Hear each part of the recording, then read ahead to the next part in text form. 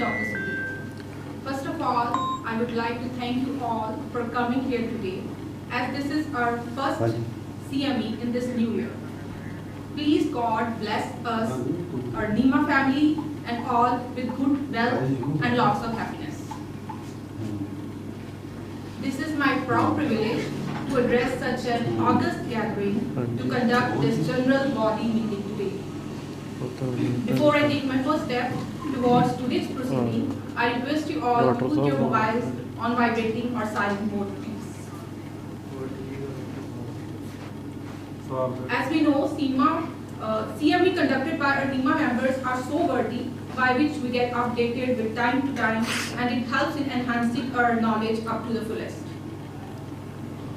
Today we are going to get updated from our two speakers, that is Dr. Cheema and Dr. Cheema. First I introduce our first speaker, Dr. Cheema. Done his medical schooling from Rajendra Hospital, Government Medical College, Patiala. Done fellowship in nephrology from University of Arkansas for Medical Sciences from USA. Former clinical fellow in renal transplant and critical care at Elmhurst Hospital Center, USA. Board certification done in internal medicine, nephrology, and renal imaging from American Society of Diagnostic and Interventional Nephrology. Recently practicing in Phoenix, USA. Now I request Dr. Cheema to please come forward and shower your knowledge with us.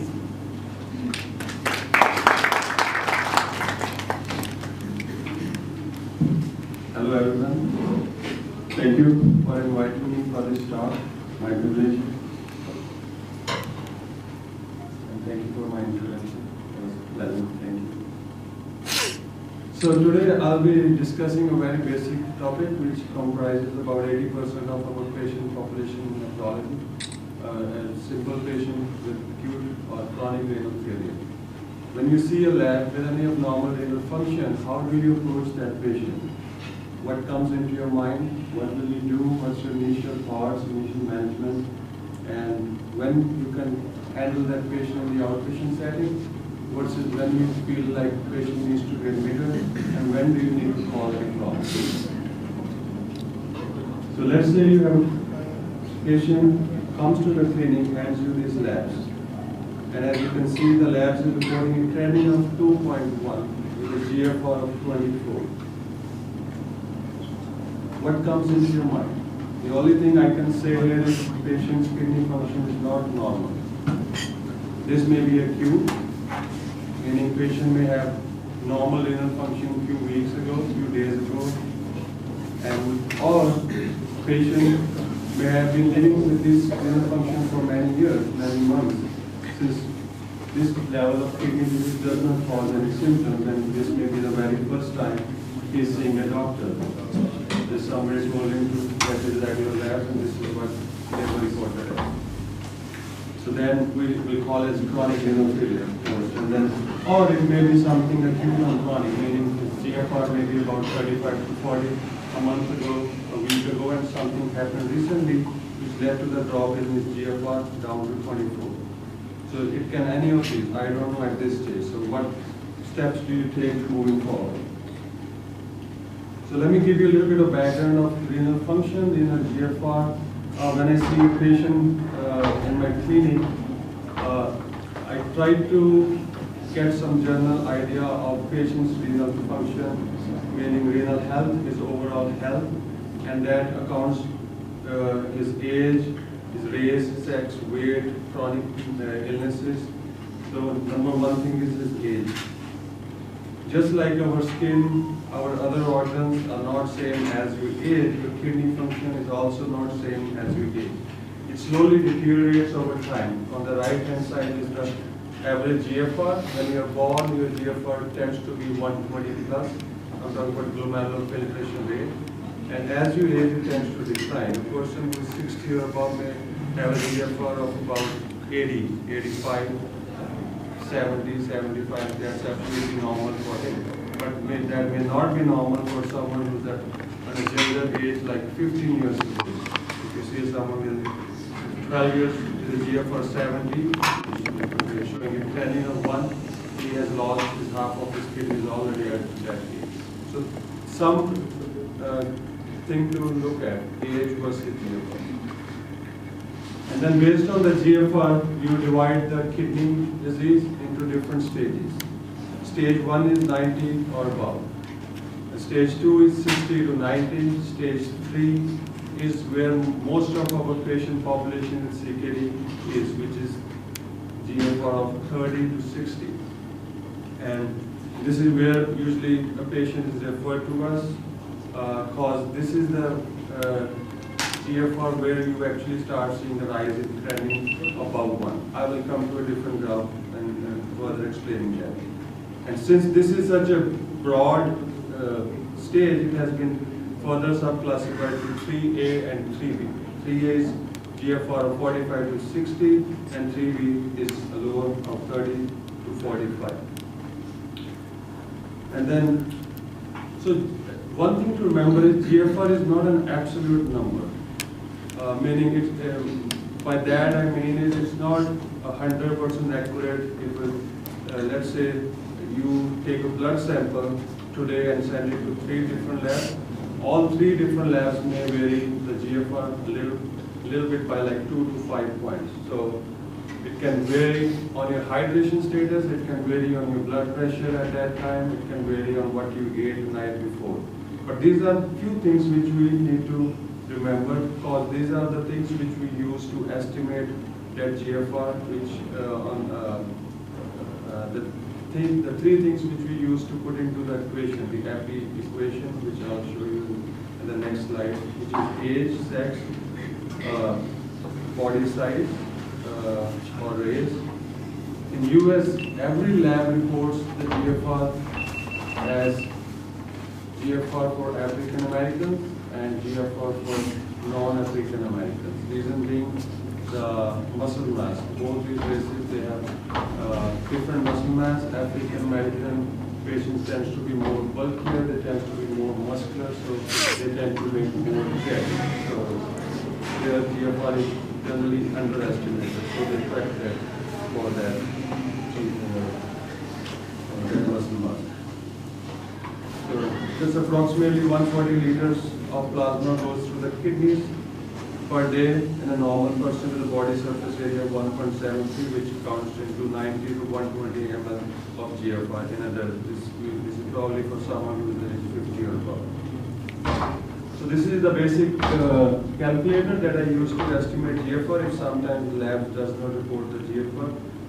And you can take a picture if you want, if you need it for future. This is actually a really good website because it can also show other formulas you can compare if you are not clear with one equation. For example, let's say you have a patient who has right leg amputated, right? Or is malnourished for some reason, not being able. So his muscle mass will be relatively much lower than someone who's a normal adult. So he's not making that much of threading because he has one less leg. So let's say 20% less threading.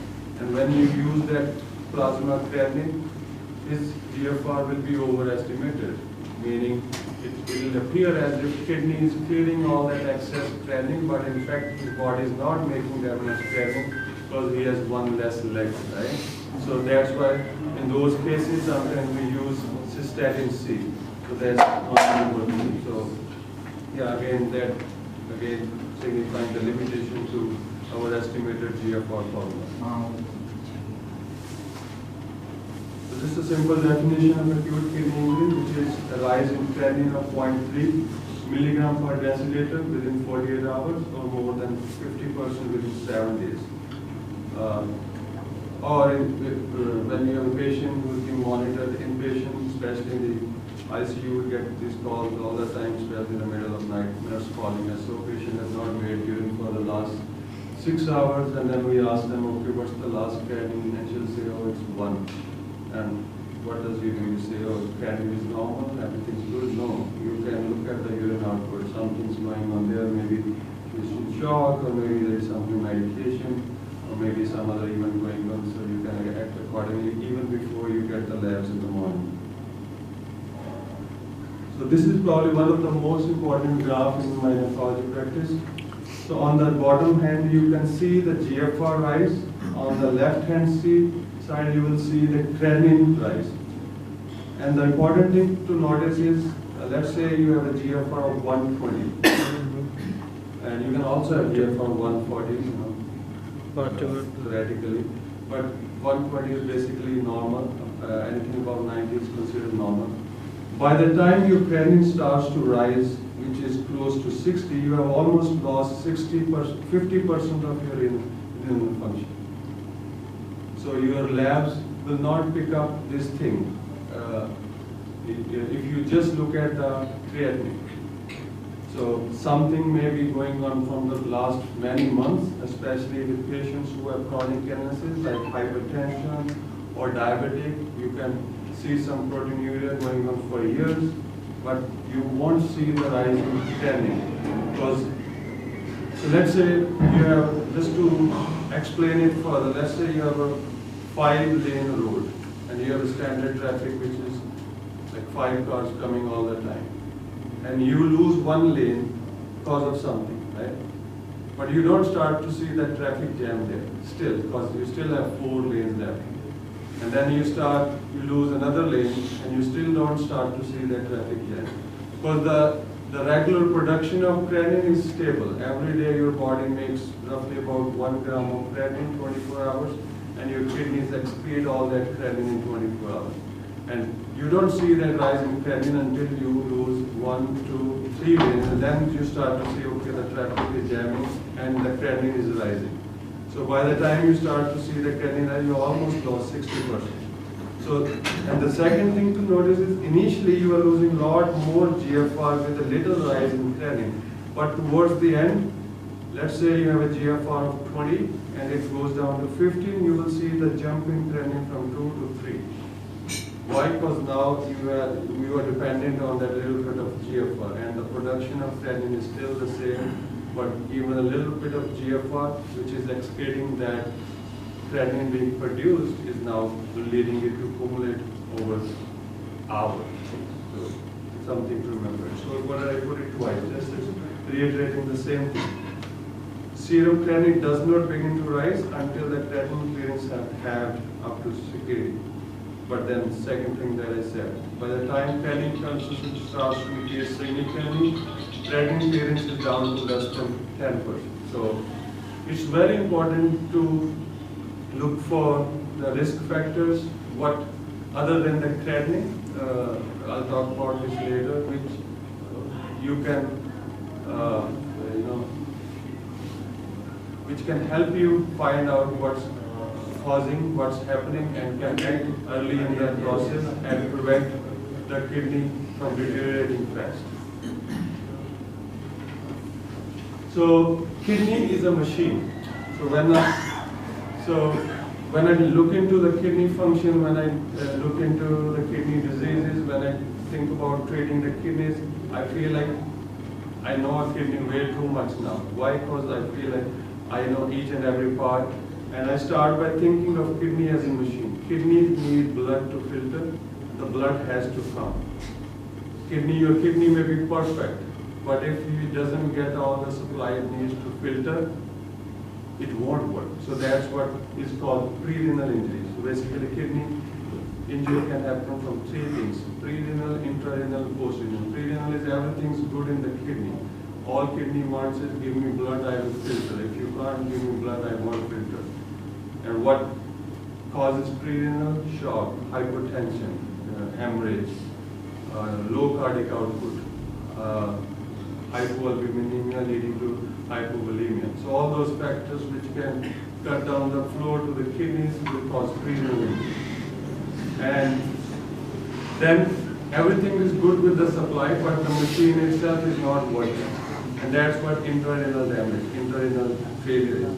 So it could be glomerular damage, which is the building blocks in the kidney, It could be tubules through which the urine and the blood flows, the urine flows, and it could be the interstitium. So three main parts of the kidney structure, and anything that damages those which is intrinsic. This is the toughest for me because this is hardest to treat and needs more further investigations to really diagnose. The last one is the easiest for me to treat because everything is good in the flow, the machine is good, but the urine that's been coming out of kidney is not leaving the body, and it starts to build up and causes the build-up of pressure into the kidney, which compresses all that interstitium. The kidney basically blows up on itself, and there is no place for the urine to go up, and it causes obstructive.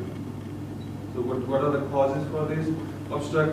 Pre-renal, as I said, hypovolemia, heart failure, some drugs too, and SERGs inhibitors, some cyclosporin, some contrast, they causes vasoconstriction. So basically constricts the renal arteries.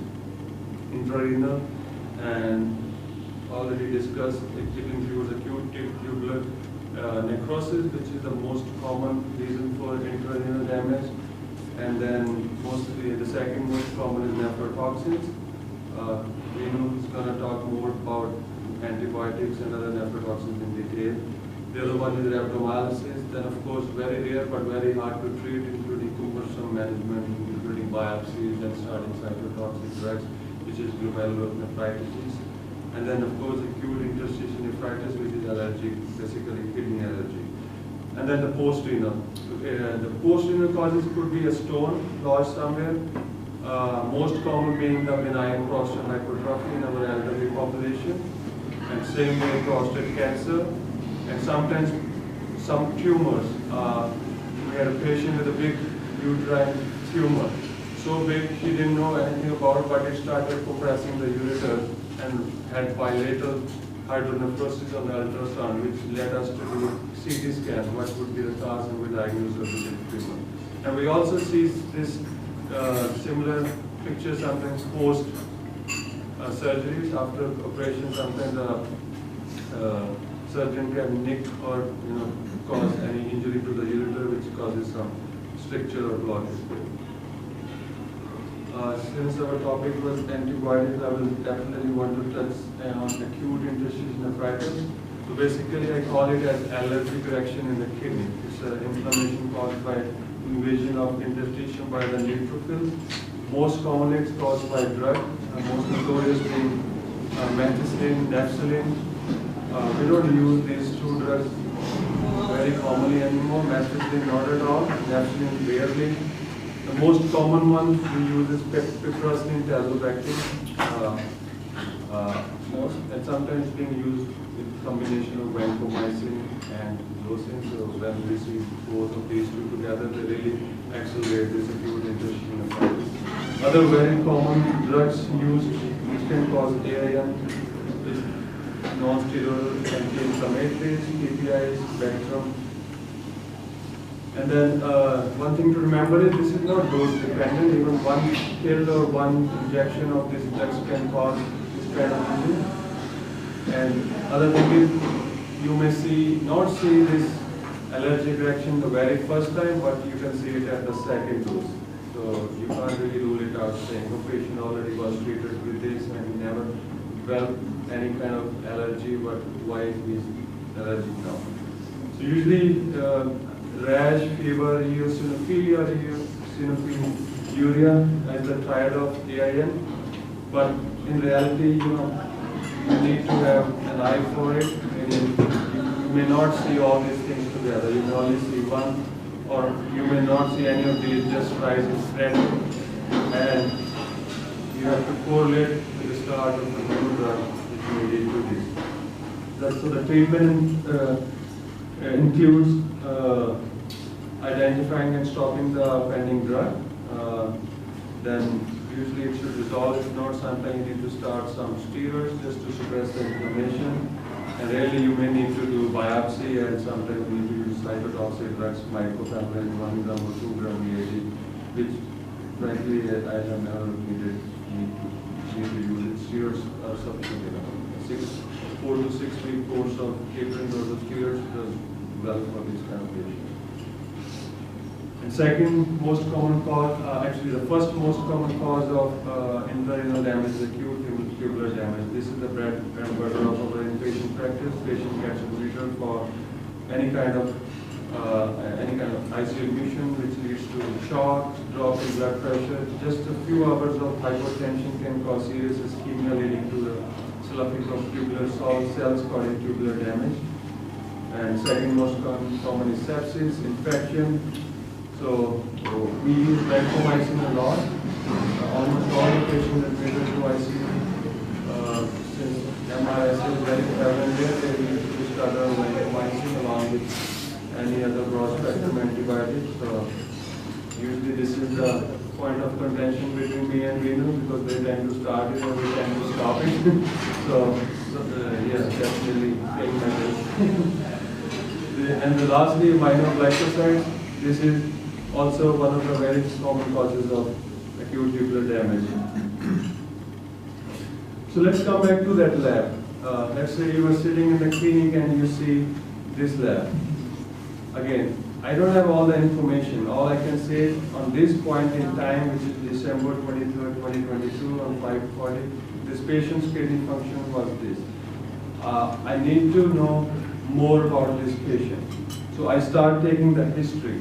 I ask him what's going on, what has happened in the last few days, were you sick, what caused you to do these labs. And the single most important thing, which is very, very, very important for me, is to know the rate of change in creatinine, meaning what has been going on with your kidneys before, prior to these labs. Let's say his creatinine was 2.2 2 months ago. He shows me a hand lab which is 2.2. So nothing has changed in 2 months. So this will reassure me that okay, nothing acute has been going on. His plane has crashed somewhere in the past, but since 2 months it's been flying plane. So I don't need to really admit him. I don't really need to be very aggressive. We can see and just be not very aggressive, because his kidney is pretty stable already. In 2 months nothing has happened. Let's say he shows me a lab which is 1 week ago, his creatinine was 0.7. So that means that something really aggressive has been happening. Everything was all good a week ago, and today his creatinine has crashed down from 80 of GFR to GFR of 20. So then I already start making a list of things, what those aggressive things are versus what those mild things are. And so similarly, like let's say a year ago his creatinine was 1.6, and he has some proteinuria and tells me he's diabetic, so I'll say, okay, this is a typical patient of diabetic nephropathy with an appropriate decline in kidney function. So yeah, so rate in change in history is very important. And the things which I ask for my patient in the history, I look at him, I look at his journal overall health. If he's really sick, is he active, is he debilitated, what are his recent illnesses, any recent nausea, vomiting, diarrhea, any extreme hiking, any kind of stress, how is his other chronic conditions like hypertension, is it well managed, what are his medication, is it diabetic, diabetic. So basically these are all the risk factors which affect the kidneys. So in general, when you look at a patient, the patient, all the organs work together in synchrony. If your kidney is not good, let's say if your heart's not good, I don't expect your kidney to be perfect condition. I don't expect your blood vessels which are supplying your legs to be in perfect condition. If you have something chronic, let's say atherosclerosis, you may have a stent placed in your heart that doesn't, and you never had any pain in your kidney or in your leg, but that doesn't mean all your other blood vessels are excellent. So just kind of way you could think about it. And then the other risk factors are any recent start of a medication. A lot of times patients are started on some kind of diuretics, and that causes over-diuresis, volume depletion that can quickly deteriorate the kidney function. Let's say creatinine was 0.9, started on Bumix, and he lost his edema, but now he's not eating, drinking as he's supposed to be, and he's over-diuretic, which can lead to more drop in his GFR. All you got to do is cut down his diuresis. And then, of course, recent other antibiotic, NSAIDs, ACE inhibitors, ARBs, PPIs. So PPIs are also one of the very commonly used drugs, I'm sure here as well. for antacids, and they are also very prone to cause acute interstitial effect. And then recent exposure to controls, and also I definitely look for compliance, like how much should I invest into treating this patient? Is he going to come back to me? Is he going to, follow with my lab works? Is he going to take all the medications which I prescribe? Because in US, when we take a patient into a practice, we definitely are accountable for everything that follows after. So we are very careful in starting anybody on Aldosterone, which may cause hyperkalemia if he's not going to come back to see us in a few weeks for a repeat labs. So other very important piece of information in my evaluation is UA. Your GFR may be 110, but if your protein urea is 4 gram, your kidneys are in deep trouble because that protein urea will eventually lead to deterioration in kidney function pretty quickly. That's what we call nephrotic syndrome. Similarly, the patient may have a simple rash and he may have some vasculitis going on, and if you can investigate early on, look at some cast on his urine, you can actually prevent significant damage to the kidney. So UA is very important, second most important thing in my evaluation. And sometimes you need to do kidney ultrasound. I have done my certification in renal imaging. We have ultrasound in my clinic, so if needed, we definitely put the probe on the patient to look for any storm, especially if there is any history of trauma, hematuria, any pain in flanks, or if patient is having recurrent UTI. So after all this information, what are you going to do with all that? So when I see the patient in the clinic, of course, I take all that history, then I start to tell the patient what I think about it. I talk to him about his current renal state. I have a chart in my clinic where the similar chart which I showed you earlier showing all the GFR, different stages. I point towards the stage where he is. I tell him how aggressive it's declining, and I tell him what I'm thinking about, what the reason could be. And then I also tell him what I think it may be from, whether it's dehydration, if he has started a new medication or all, etc. And also we tend to give exact information, especially if somebody is in advanced renal disease, just like our patient who had a GFR of 20, he may have something aggressive going on and he may need dialysis in the next 6 months, so we tend to be very open about everything we think about it. So almost in all the patients, either it's a drug or some dehydration. These are some simple things which are very important for kidney health and which are definitely addressed, which is proper blood pressure control, diabetes control, lipid management, weight loss in obese patients, and avoiding frequent NSAIDs, especially those patients who have osteoarthritis or any other chronic pain. They tend to take a lot of NSAIDs which are readily available on the counters, so we definitely educate them about that and also about TBI. And advice on diet and hydration, which include average on an average 1.5 liters of hydration a day, low salt diet, which helps with blood pressure, heart and kidney health, low potassium diet, especially in advanced patients. A lot of these have low GFR and needs to be on some drugs which can cause hyperkalemia, so definitely educate them. And low protein diet has been shown to help with the kidneys, especially with protein urea. So on average, we tell them to have consume 0.8 gram per kilogram. Our diet in US is very heavy on protein. Everybody eats meat almost 3 times a day, so definitely something they don't like to eat. So we tell them about further investigation plan if any of these needs to be done, and then of course we advise on everything which I discussed, and like to call patient in 2 to 4 weeks to see if something has improved, especially when you see somebody who may have had renal failure from dehydration or some recent start of a new drug, and you want to see if there is some improvement. If things are improving, all good, just keep treating the same way. If not, then you got into different new further investigation, which may include thinking about nephrotic syndrome, which I won't touch too much because these are very rare, I believe, and probably it's more complicated, extensive topic for some later discussion. And also, if you make any change, you gotta inform the patient. I tend to stop ACE inhibitors and diuretics if I see somebody who has lower than GFR of 30 every time, and then cutting metformin. Metformin is one of the first line treatment in diabetic management. In general, anybody who has GFR of 45 or above, metformin can easily be tolerable, so we don't really need to cut down. But once your GFR goes below 45, recommendation is not to increase or not to give metformin more than 1 gram per day. So I definitely cut it down, and somebody who has a GFR of less than 30, we definitely need to stop metformin. The second thing to know is metformin is not really nephrotoxic. It does not cause kidney injury by any EIN or ATN.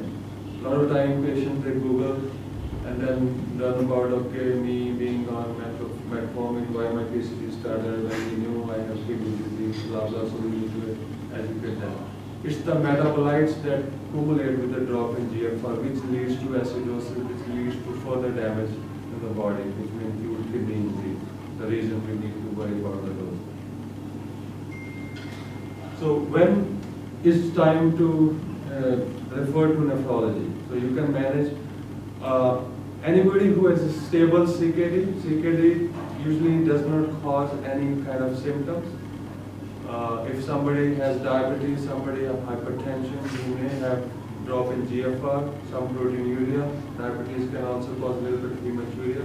But if your GFR has not been declining super fast, you can easily manage that patient with modifying the risk factors, which is diabetes, hypertension, everything that I discussed in the previous slide. So if you see that, okay, this drop in GFR, even by doing all this, has been declining rapidly, like every 2 months you're looking at the labs and your GFR is like 60, 50, 40, 30, something different is going on. Diabetes does not cause the GFR to go from 60 to 30 in a matter of 60. It will take 5 years to go from 60 to 30, unless there is something else going on. There's a new drug or some other superimposed damage.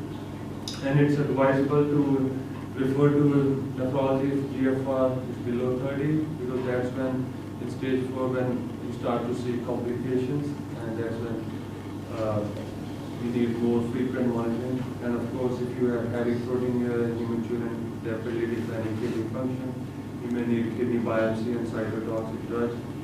And then lastly, if patient has some kind of other comorbidities or other chronic problem, like some kind of cancer or CHF cirrhosis, which needs him to be on some kind of medication, will continue to hurt the kidneys, like any cancer drugs or high-dose diuretics, it will severely reduce EF, so he may need to take care and need a nephrologist for that.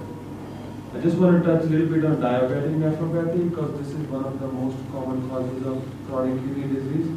So basically, the treatment starts by controlling diabetes, blood pressure, proper diet, weight loss, and then with the drugs, the first line of drug is ACE inhibitors. Most commonly, we use glycemic sartan to minimize proteinuria by dropping that intraglomerular filtration rate.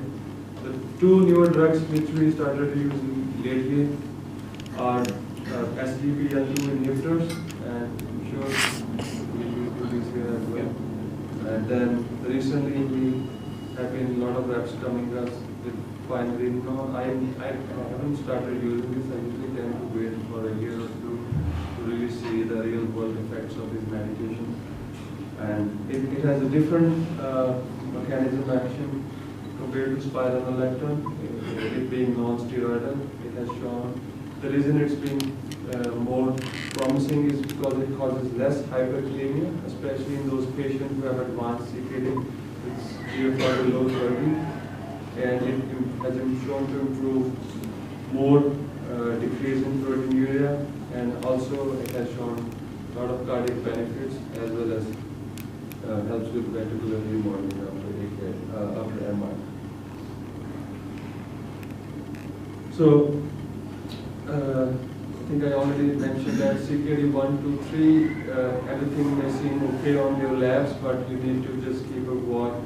Need to make sure the urine is bland as well, meaning UA is not showing a lot of protein, is not a lot of hematuria, and stable versus unstable, the difference is stable, you know what's happening. Basically, you're a patient of diabetes and hypertension and creatinine rising appropriately, let's say 0.2 to 3 every year, and proteinuria is being managed by ACE inhibitors, so things are okay. But if you have a diabetic nephropathy and then suddenly your creatinine jumps by a lot and becomes unstable, you definitely need to do nephrology. So what do you see when your kidney function starts to decline? Mainly you start to see blood pressure getting uncontrolled, patients start to retain a lot of fluid. Of course, electrolyte abnormalities, hyperkalemia, acidosis, so the patient needs to really be taught on hyperkalemia. I have a template, I kind of do all the CKD4 patients about the diet and hyperkalemia prevention.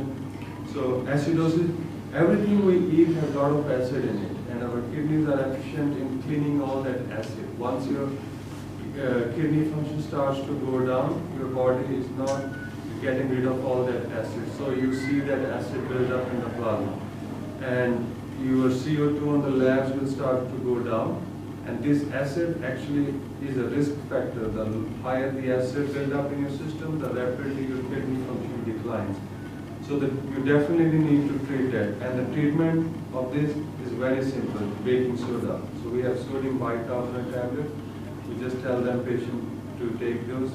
They can even take a spoon of baking soda to keep your CO2 above 23. This is something very important because a lot of studies have shown mortality and renal benefits from this. And lastly, as your kidney function starts to decline, your phosphate starts to go up, leading to low calcium, hyperphosphatemia, which hyperparathyroidism, which starts to cause weakening of bone from calcium reabsorption. So you definitely need to address that. And then, of course, higher BUN, anemia, uremia may start causing patients to have symptoms later, especially when your BUN goes above 100, and symptoms are nausea, poor intake, weight loss. Further, it can cause confusion because it can easily cross the blood-brain barrier. We may have read about uremic frost, some skin coverings from that uremia, but I've never seen, because of course patients never tend to really reach that part because the kidney function really need to be pretty bad for a long time before you can see that. And then of course we need close follow-ups in these patients every 4 to 8 weeks depending on how stable the patient is. Once you see a patient with GFR 15 or below, first thing you do is you refer for a transplant. We have 2 transplant centers in my city. One is Mayo Clinic transplant, and the other one, which I am affiliated with, is Banner University Medical Center. So everybody who's below 20, we already tell them to see a transplant team where they evaluate them, they look at their overall health, if they are fit for being on the transplant list. Mainly they need to rule out any CHF or morbid obesity or any advanced COPD or any kind of cancer. So they see them, and if they are, they go on the list even before they end up on being dialysis. And then secondly, we talk about different renal replacement therapies, which may be peritoneal dialysis, which they can do at home, versus hemodialysis in center or home hemodialysis, which are very rare, mostly reserved for really educated people who have a day job. Typical person would be someone like a lawyer or a physician who works and is well educated and knows what he's doing. And then of course we prepare them for dialysis access placement, which we have a vascular surgeon in our team who does a Doppler of the arms, look for veins where they can place access. So basically slowly transitioning, preparing the patient for what to come in the near future. And while you are seeing this patient in cleaning and they are not there yet, and certainly you see any of these indications, you may have to refer the patient for emergent dialysis to hospital. And these are the most important indications. Number one, pulmonary edema, hyperkalemia. Patient stops making urine and start getting hypoxic foam, so you definitely have to send them to hospital to get rid of that fluid. And hyperkalemia, usually it's recurrent and not treatable with the medication. Lately we have a lot of new drugs which came out in the last 4 or 5 years after my fellowship. We call them potassium binders. We can take it on a daily basis. It basically stays in your gut and leaves your body through poop, and on the way out it binds all the potassium and keeps your potassium down. So these are actually really helpful. And then severe uremia is mainly leading to confusion, and then severe metabolic acidosis or acute poisoning. Usually we see in inpatient setting, most commonly calcium poisoning or lithium toxicity or ethylene glycol, etc. So yeah, just continue with those CKD5 patients, follow them closely every 4 weeks, look for any of the symptoms of uremia, electrolyte abnormality, volume status, meaning look for any signs of starting dialysis. So I always tell my patient, okay, dialysis is not a failure, it's actually success. If you lose, if your heart fails, if your liver fails, there's no machine to replace, right? Only thing is death. But kidney dialysis is actually a new life. All they are fearful is about change in their lifestyle. They have to go to hospital. But we have patients, especially who don't have any other chronic disease, like who have healthy hearts, healthy livers, and they are on dialysis for the last 6, 7, 8 years. I inherited a patient who was on dialysis for 40 years. He had polycystic kidney disease. He started dialysis at the age of like 38, and he's still good. Why? Because everything else is okay. Right? So basically, patients don't die from dialysis machine or dialysis treatment. They die from other comorbidities, and a lot of their prognosis depends on how compliant they are. The government provides for the minimum amount of treatments. Usually, our protocol for dialysis patients over there involves 3 treatments a week. It's either Monday, Wednesday, Friday, 3.5 hour treatment, or Tuesday, Thursday, Saturday. So sometimes patients will argue with us, okay, can I cut down the time on the machine? So I tell them, okay, government is already paying for as little as they can. If I need dialysis, if Donald Trump needs dialysis, he'll probably have a machine on his bedside, get his blood cleaned every day. Because your kidneys are working all the time. Dialysis machine is only working for those 4 hours, try to compete with the normal kidneys. Do we have more time?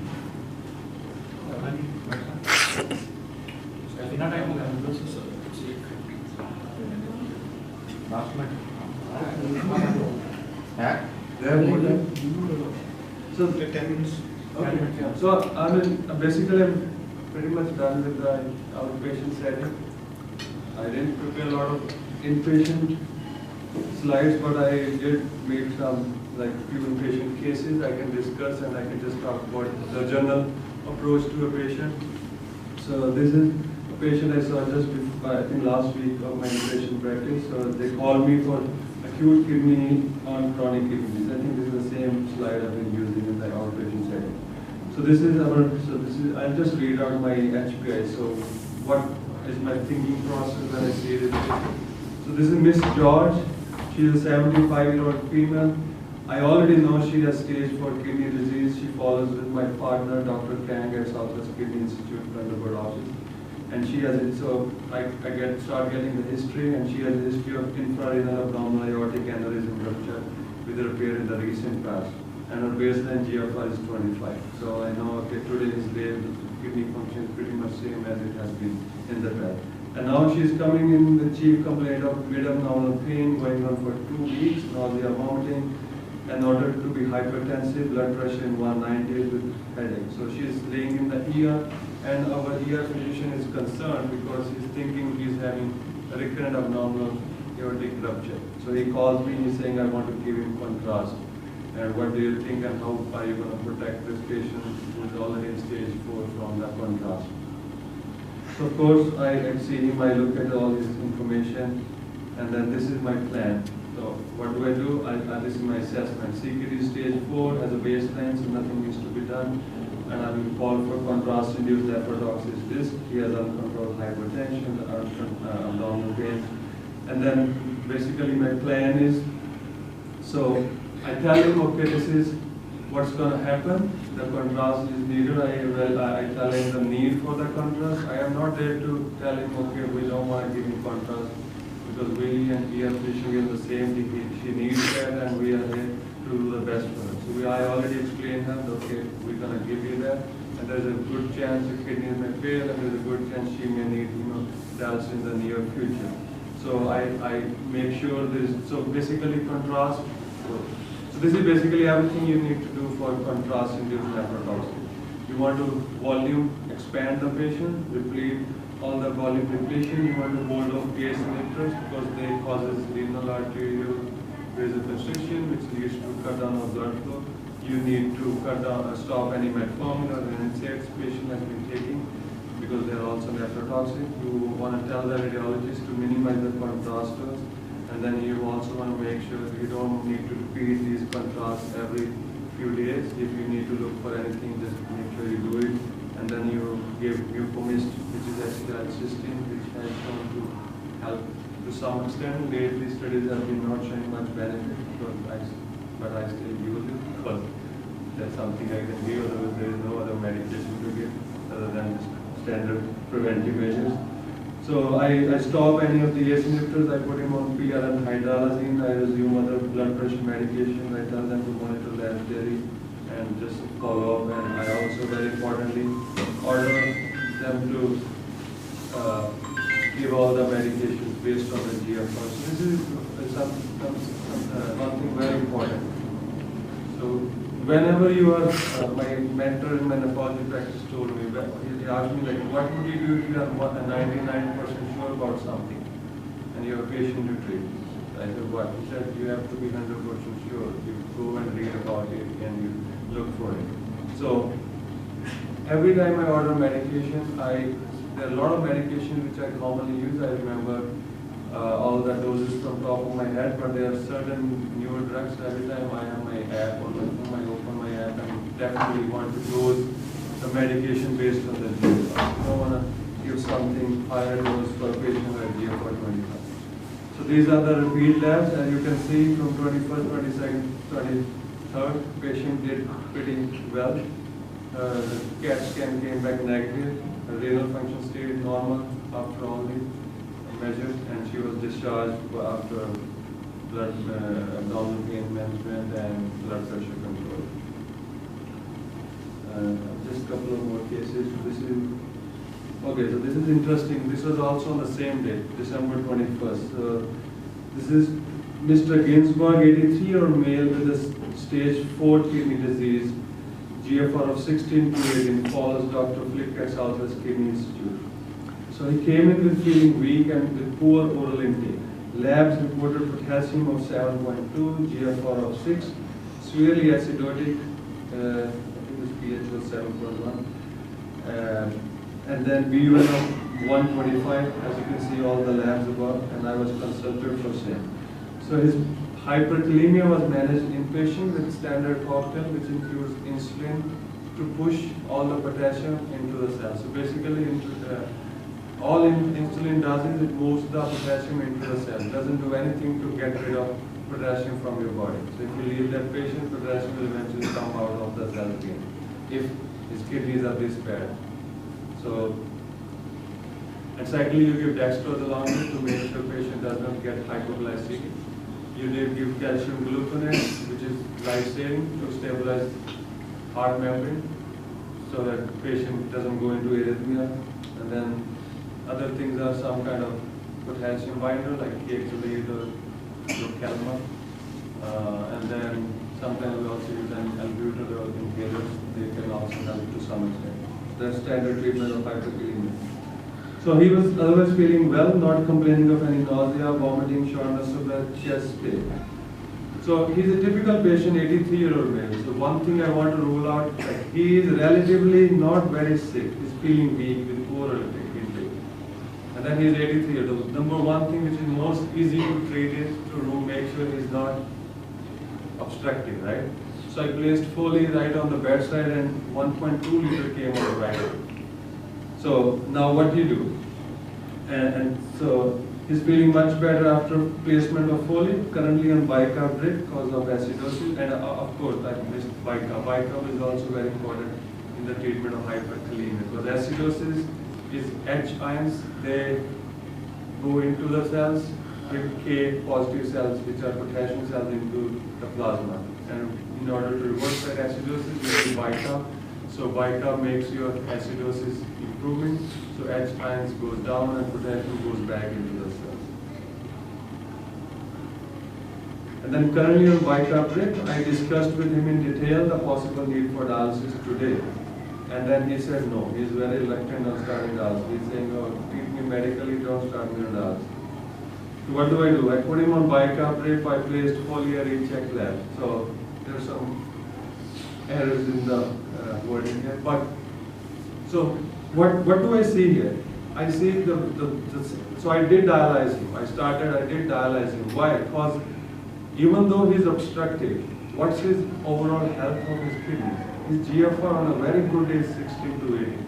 And if you have already a beaten down kidney and it gets some more damage, I don't think it's going to recover, even if it is really obstructive. So one thing to remember is if you have a GFR of 80 and then you get acute kidney injury and then your kidney function goes down and then you fix it, you improve everything, it's never going to go back to what it was before. It's just like somebody who starts smoking for 5 years and then he quits smoking. He already lost some lung function. His lung function is never going to be like before it can't smoke. So I basically made that call just based on his overall kidney. I didn't expect him that he's going to improve. And then we did place a catheter and we did do one dialysis. So these are his labs. Basically he left hospital on dialysis. He never recovered. He started, here you can see he's trending from 7 to 5. That was on 22nd night. By 3 a.m. we got his first dialysis. I saw him at 11 a.m. By 20:25 a.m. his GFR is about 5.2, which is from the dialysis. So, okay, so this is my partner after I left India. He saw him and he put him on dialysis. He's on a TTS scheduled dialysis. Look at the third line, not ESRD at this junction. So basically your patient either CKD or either ESRD. So let's say your kidney function was GFR 45, stage 3, and 2 weeks ago, and today it's 25. You are not stage 4 CKD yet. You are acute on chronic kidney disease. You have to have at that level for at least 3 months to really label you as chronic kidney disease. So similarly for dialysis, unless I have a patient who is in clinic who I have seen going down from 20 to 50 to 40 to 30, and now dialysis I can easily put end stage into the disease and I can stamp that he is not going to recover. Someone who's like this, we cannot just label him as ESRD, so number 3, not ESRD at this junction. And then number 2 line, some early signs of renal recovery. So yes, he may be making some urine, he may start to have some improvement with the GFR coming up to like 15, 16, and he may come off of dialysis. Just last case, totally different. So this is Miss Collins, 79-year-old female with history of dementia, chronic hyponatremia, sodium tends to run low, hypertension, history of CES. So these are our typical patients who present again and again with electrolyte abnormalities because they are on bed, they cannot eat, they cannot ask for water, they cannot feed themselves, so their electrolytes are always off. They are dependent on some family members or caretakers to take them to physician. So look at his labs. His potassium is 1.6. His CO2 is 48. So this is the seen on day before, on December 20th.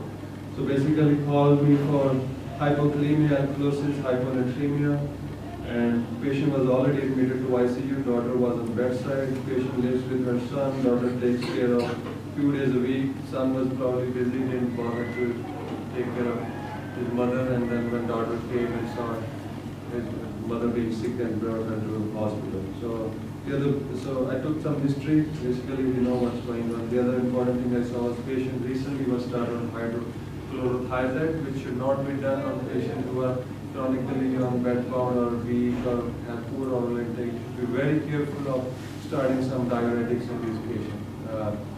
I basically never start any patients on thiazides or any other diuretics as a first line, especially for hypertension. Thiazide is well studied, but still you need to be careful because it can cause some severe derangement in people who are not healthy enough to take care of themselves, who cannot eat as it has to. So here we stopped hydrochlorothiazide, we monitored electrolyte. All we did was repleted the electrolytes. As you can see, we was admitted on 20th, was discharged on 22nd. Sodium was still low, 131, but everything was replaced. Of course, she was on telemonitoring, and yeah, that's all. Thank you.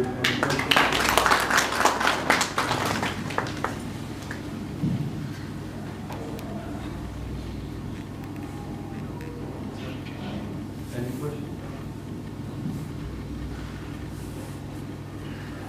Thank you.